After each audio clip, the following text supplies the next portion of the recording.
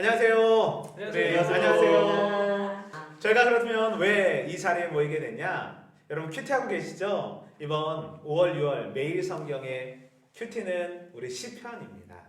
네, 이 시편을 묵상하다 보면 여러분 아마 감사함으로 성경책이었나? 찬양곡이었나? 여러분 헷갈릴 때가 많으실 텐데 이 시편은 찬양 시입니다. 그래서 수많은 작곡자들, 목사님들, 이런 찬양사들이 시편으로 찬양을 만들고 그 찬양을 통하여서 우리가 하나님께 영광 돌릴 수 있는 것 같습니다. 그래서 목사님 그럼 시편을 어떻게 읽으면 좋을까요? 시편이요, 제가 세 가지로 준비했습니다. 첫째, 보이시죠? 네, 자주 읽어라. 여러분, 이 하가, 이게 묵상하다라는 뜻을 가진 이 히브리어 하가는 중얼중얼. 그래서 시편 1편부터 23편까지 우리 짧은 절이니까 아침에 일어나셔서 여호와는 나의 목자시니 내게 부족함이 없으리로다. 묵상하고 또 생각하고 그래서 1절부터 6절까지 읽으시면 좋을 것 같고요. 더 좋은 방법은 아마도 다양한 버전의 또 요즘 유행하는 그 성경 읽기 뭐 있잖아요. 뭐죠? 드라마 바이블. 드라마 바이블로 한번 읽으셔도 그 성우들의 그 마음들을 조금 이 성경 속에 나와 있는 이 저자라든가 그 하나님의 마음을 좀 느낄 수 있지 않나 또 생각되어집니다. 그래서 다양한 버전으로 한번 읽어보셔도 너무 좋을 것 같고요. 두 번째, 시편의 저자가 한번 되어보세요. 다윗의 마음으로 또 악인의 자리에 있는지 없는지 한번 또 생각해 보시면 좋을 것 같고요.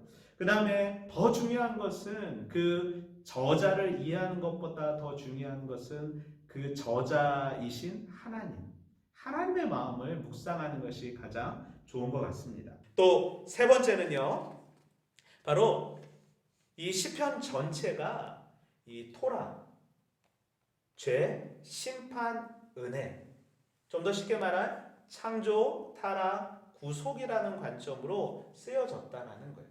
그래서 은혜 받을 자에게 속량하시고 또 죄를 사해 주시고 살려 주신다라는, 그래서 1편부터 150편까지 찬양, 하나님의 구원에 대한, 하나님의 통치하심에 대한 찬양이 담겨 있으니 여러분의 삶을 하나님께서 통치하실 때 아마도 시편 묵상 쉬울까 생각되어집니다.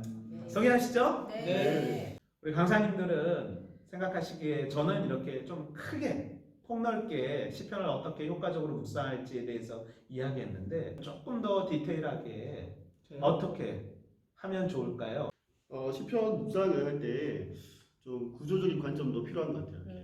전체적으로 시편이 어떻게 구성되어 있는지를 좀 알면 좀 더 편리하게 묵상할 수 있지 않을까 싶은 생각이 드는데, 시편이 총 5권 있는데 그 중에서 1권, 2권, 3권은 주로 이제 찬송, 감사 뭐 이런 개인적인 고백들로 나와 있어요. 그래서 탄식하기도 하고 토로하기도 하고, 그런데 4편, 5편에 가면은 그 하나님에 대하여서 다시 하나님의 전능하심을 바라보고 찬송하고 다시 그 구원의 은혜를 노래하고, 그래서 전체적인 흐름은 이 탄식과 그런 아픔에서부터 이제 찬송과 감사로 흘러가는 그런 구조를 가지고 있고, 또 하나는 이제 시편 1편이 굉장히 중요한 단서를 제공하는데, 그게 뭐냐면 복이 있는 사람과 또 악인 요 두 가지 길을 이제 전체적인 시편에서 보여주고 있는. 그래서 복이 있는 사람은 아픔과 슬픔에도 불구하고 여호와의 율법을 묵상하면서 힘을 얻는 사람이고, 또 악인은 이제 바람이 나는 겨와 같이 자기 마음대로 막 살면서 이제 하나님이 없다고 얘기하는 그러한 악인의 삶을 쭉 이렇게 시편을 통해서 두 가지 길을 볼 수가 있거든요. 제가 생각하기에는 이 시편 자체를 어떤 성경 속에서 이 시편이 어떤 위치에 놓여 있는지에 따라서 그걸 좀 이렇게 이해를 하면은 좀 더 깊은 묵상이 되지 않을까 싶은데, 조선 어떠세요? 네, 너무 좋은 그 포인트를 얘기해 주셔가지고 너무 감사한데요. 시편은 그 구약의 한 부분이잖아요. 시편은 구약 전체의 하나님의 스토리를 아주 축소시켜 놓은 스토리라고 이해하시면 굉장히 좋을 것 같아요. 구약에 여러 가지 이야기가 있지만 그 중에 오늘 제가 하고 싶은 이야기는, 구약에는 하나님과 하나님의 사람들이 만나는 이야기가 굉장히 많이 나오잖아요. 그리고 이 하나님과 하나님의 사람이 만날 때 만나는 장소도 굉장히 많이 나오죠. 뭐 신의 산이라든지 그다음에 뭐 시온산이라든지 뭐 이렇게 장소들이 많이 나오는데 그 중에 가장 중요한 장소는 하나님을 예배했던 성소. 시편이 하나님을 만났던 성소로 들어가게 해주는 어떤 통로 그리고 성소 그 자체라고 생각하시면 굉장히 쉬울 것 같아요. 그래서 성소에서 하나님을 예배하고 하나님을 만나고 하나님과 언약의 관계에서 나는 너의 하나님이 되고 너희는 나의 백성이 되는 이 하나님과의 관계를 통해서 친밀함을 느끼고 하나님을 경험했던 장소 그곳이 바로 성소인데 우리가 시편을 읽는 동안에 그 성소의 경험을 하는 거예요. 하나님의 임재를 느끼고 하나님은 나의 하나님이 되고 나는 하나님의 백성이 되어서 내 마음을 토로하고 하나님께 기도하고 또 간구하고 슬픔을 토해낼 때 나의 하나님께서 나에게 어떻게 말씀하시고 나에게 어떻게 임재하시고 나를 어떻게 위로하시고 나를 어떻게 인도해 가시는지를 만날 수 있는 그 길을 열어주는 그 장소가 되는 것이 바로 시편이거든요. 그래서 시편을 읽는 동안에 하나님이 없다고 느꼈던 내 삶의 현장이 바로 성소가 되게끔 해주는 그 말씀이 바로 시편이에요. 그래서 저 개인적으로도 시편을 읽을 때 주로 혼자 좀 읽는 편인데요. 왜냐하면 읽다가 울면서 기도하기도 하고 읽다가 막 혼자 찬양하면서 하나님 진짜 막 예배하기도 하고 그래서 그 예배가 되게 해주는 교회에서 예배뿐만 아니라 개인의 예배가 되게끔 해주는 그 성소가 바로 시편이에요. 그래서 시편을 읽을 때 나의 하나님 그리고 나는 하나님 백성, 백성 대신 나에게 하나님이 뭐라고 말씀하시는지 그 하나님과의 관계에 초점을 좀 두고 읽는다면 훨씬 시편을 굉장히 이렇게 직접적으로 나의 이야기로 깊이 나의 하나님으로 만나는 좋은 묵상의 시간이 될 것 같아요.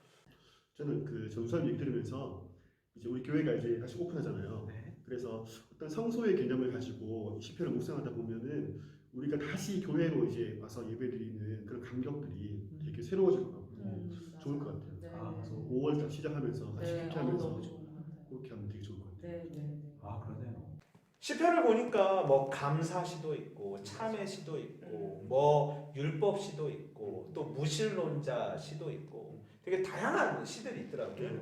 요거에 대해서 좀 목사님 설명 한번 해주시죠. 그럴까요? 시편에 이제 그 내용별로 이렇게 분류가 되어 있는데 제일 분량이 많은 게 탄식시라는 거예요.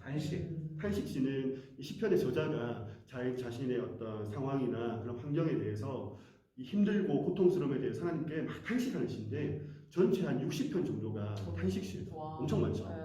이제 그 중에서 하나님이여 어찌하여 나를 버리셨나이까 이런 게 대표적인 탄식시죠. 그렇죠. 두 번째는 찬양시가 있는데 이 찬양시는 하나님의 전능하심에 대하여서 이 우주를 통치하시는 하나님의 위대하심에 대하여서 그 경이로움을 막 찬송하는 거예요. 여호와 우리 주여 주의 이름이 온 땅에 어찌 그리 아름다운지요. 몇 편? 8편. 운동댕. 좋습니다. 그리고 감사시도 있어요. 감사시는 찬양시와는 좀 다른데 이제 이거는 하나님이 나에 대해서 어떤 유익을 주시거나 도움을 주시거나 이런 것에 대해서 구체적인 감사가 있는 시가 감사시죠. 그러면 시잖아요. 수많은 글 가운데 이야기도 있고 또 시도 있고. 근데 목사님 시편 어떻게 조금 이해하는 게 좋을까요? 문학적으로나. 그렇죠. 시라는 형태를 조금 이해하시면 좋을 것 같은데요.